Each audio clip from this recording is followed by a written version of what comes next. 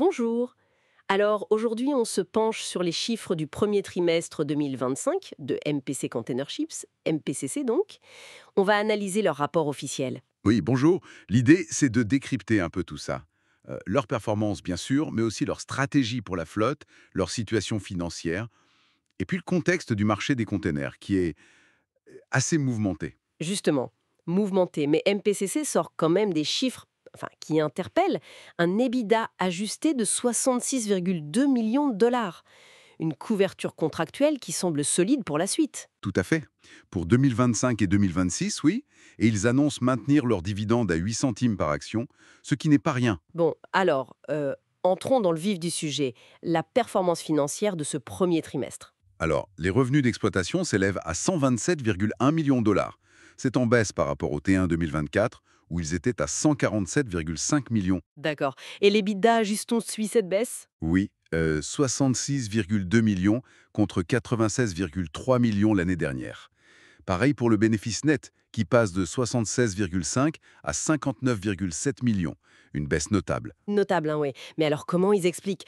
Le rapport parle quand même de solidité opérationnelle. Ça semble un peu contradictoire, non? Ben, pas forcément.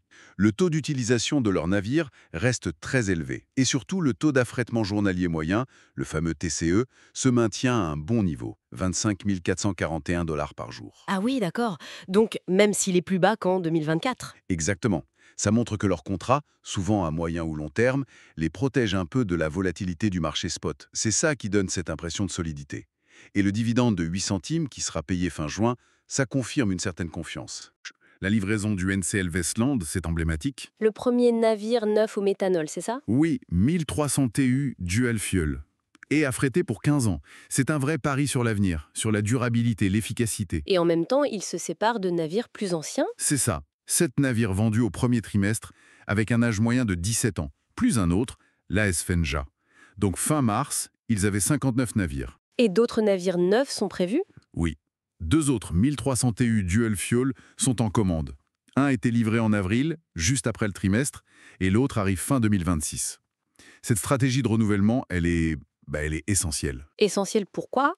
Pour la valeur future, il reste solide, presque 226 millions. Par contre, Oui. la dette totale portant intérêt a grimpé. On est passé de 343 millions fin 2024 à 433 millions fin mars, ce qui met le ratio d'endettement à 32,2%. D'accord. C'est cette dette qui finance la modernisation en partie? En grande partie, oui, c'est lié aux investissements dans ces nouveaux navires notamment, mais ils montrent qu'ils ont accès au financement.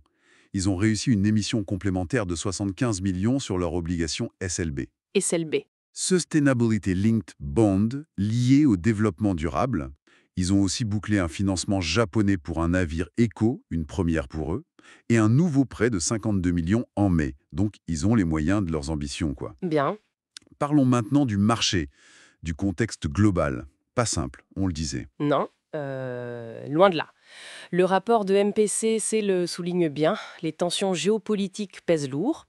La crise en mer Rouge, par exemple, ça continue de perturber les routes, avec les détours par le Cap de Bonne-Espérance. Et le rapport mentionne aussi des aspects liés aux États-Unis, politique commerciale. Oui, les tarifs élevés entre les US et la Chine, une proposition d'enquête USTR 301 qui pourrait cibler le secteur maritime chinois, et puis une confiance des consommateurs américains qui baisse, des prévisions de PIB US revues à la baisse aussi.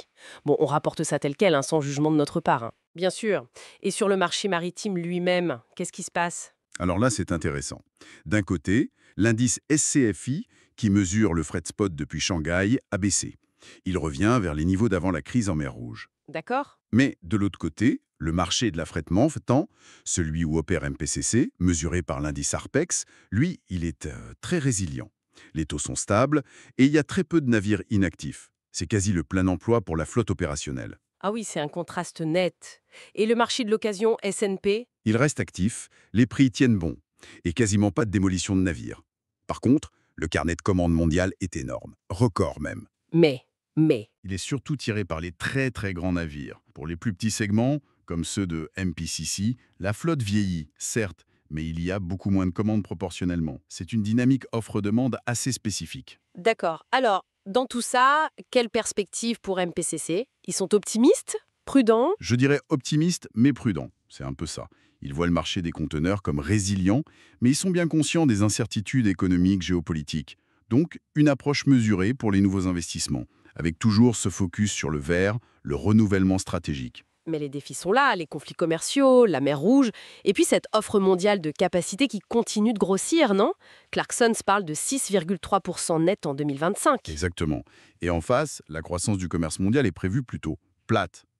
C'est l'équation un peu complexe du moment. Bon, si on essaye de résumer, MPCC semble bien gérer sa barque dans un environnement, disons, agité.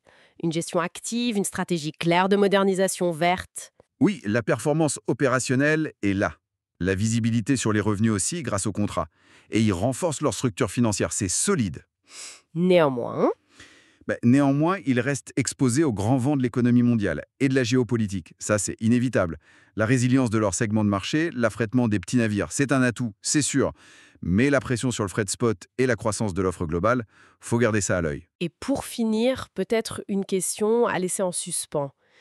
Vu que les très gros navires dominent les commandes et que la flotte des plus petits vieillit, comment cette dynamique particulière offre-demande pour les petits navires, le cœur de métier de MPCC, pourrait évoluer à terme, surtout avec les coûts de la réglementation environnementale qui augmentent et ces perturbations de route qui durent?